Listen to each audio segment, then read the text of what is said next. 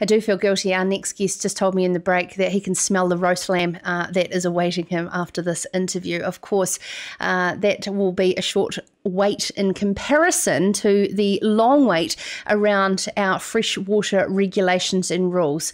Now, since late May, sector groups have been excluded from the formation of the policy with a 3-day opportunity to respond to the final draft. Now, there was hope that an industry-wide freshwater agreement similar to the health and safety regulations and He Waka Eke Noa, the partnership around climate change, was going to be similar when it came to freshwater. But not so much. Joining us now is Federated Farmers freshwater and environment spokesman Chris Allen, man on the ground who has actively been working on this. Chris, could you give us a little bit of a timeline? Good evening, Sarah, and thanks for having us on the program tonight. Thanks. And a big shout out to my board because I know that they were all watching with intent. Hey, so back in 2018, 19. Must have been last year. There was the Ministry for the Environment. They were actually consulting with the Freshwater Leaders Group. It was 4 particular groups that the government had set up. And they were also talking to the primary sector groups. And through that, Federated Farmers was asked to organise a meeting. So that's what actually happened. I was out of the country at the time. And so when you have these confidential conversations, yes, they are confidential and they stay. What happens behind closed doors stays there, and the information is not shared. So other industry groups were all invited around the table, and so that the officials were seeking feedback on some of the stuff that they were also talking to their other advisory groups to see how practical it was, where was industry going, and what could we do as well. And we were having really good, solid discussions. For some reason, some information from some of the participants wasn't Federated Farmers, absolutely categorically does not deny that, got shared. It didn't go very far or wide, and somehow that got back to the Minister. So Minister Parker then chopped it all on the head, and Minister O'Connor, and pretty much we were shut out of the process. The whole primary sector was shut out of that process. It wasn't particularly helpful, and it actually brought into challenged the reputation of some of our really highly qualified staff, and that is something I really take quite personally, that challenge. So it's been really hard to have any engagement with the ministry officials. So we can only do it through email. There's no face-to-face conversation unless it's been signed off by the ministers, as I'm told. So, it's really unhelpful keeping on going back to that, but that's the way it unfolded. It's not surprising behaviour from Minister David Parker, I do have to say, but in terms of our Minister of Agriculture completely shutting the door on consultation with his own sector, was that surprising to you?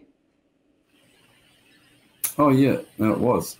Look, one thing that did give us a little bit of solace, we officially got the information from the Official Information Act of what advice his ministry had been giving the government, and it was pretty solid for what I saw.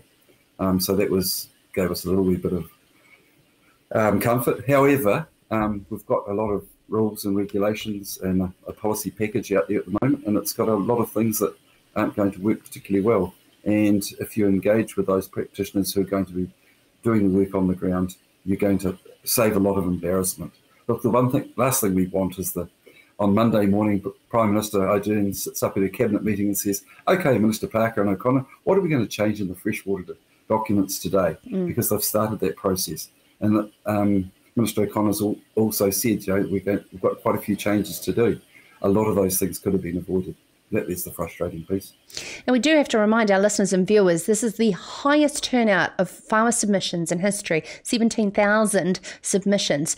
No one sat around sitting on their hands now, did they, Chris? But one thing I do have to ask is there was groups that were implementing years ago on farm environment plans to get ahead of the game, the carrot rather than the stick approach.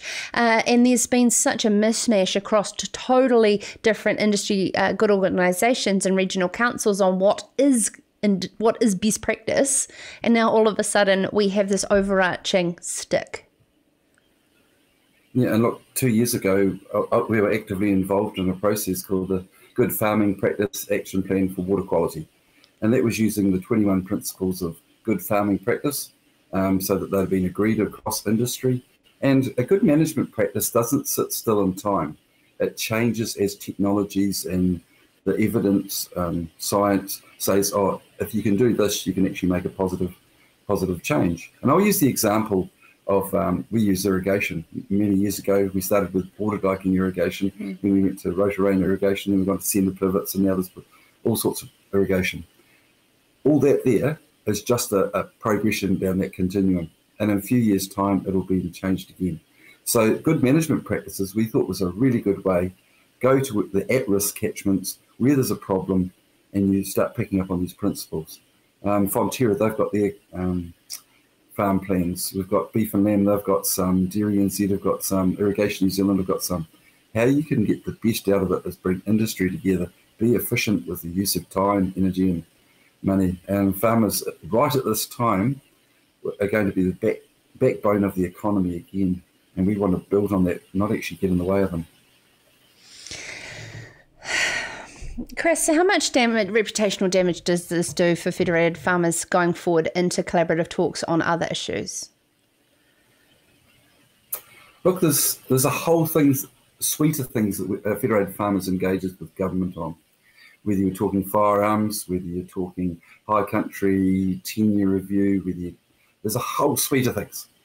And a lot of that stuff's gone on, and we've had really good relationships with it. I've been part of the Biodiversity Collaborative Group. That was for like 3 years of solid work, really good engagement with ministers, both Department of Conservation and Minister Mahuta as well. So really respectful, good dialogue, and they listened to a lot of what we were saying. When it came to freshwater, it was like, hey, you guys stand over there, we've got this. And that is, the policy team we've got is the biggest that's outside government. And these guys get it. And we're a bottom-up organisation. We're farmers, we've got our provincial execs as well, and they feed into that policy team. And you've got regional level and you've got national level. So it's quite an unusual beast, but it's really effective. And if you're trying to give government or someone some advice on something, come talk to Federated Farmers, because we've got it covered, and it actually means that what's going on at ground level can actually be done.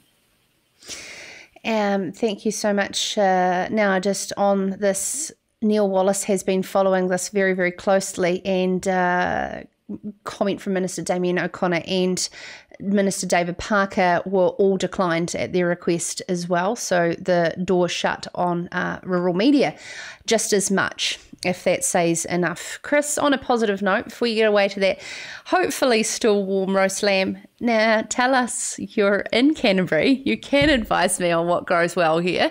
What do you think I should grow? Look, if you've got a nice section, I'd put a silk tree.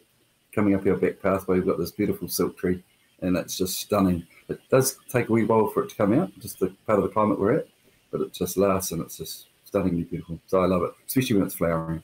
Awesome. I'll definitely I'll definitely look that up when I head along to the nursery next. I really appreciate it. Thank you so much for your time. Federated Farmers, Freshwater and Environment Spokesman Chris Allen joining us there. And as I said, Neil Wallace has been following that very closely, doing some great investigative work on what is happening as it is evolving.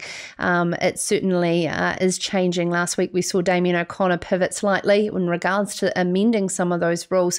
How far will they go? I mean, we are counting down to an election as well. This is Sarah's Country.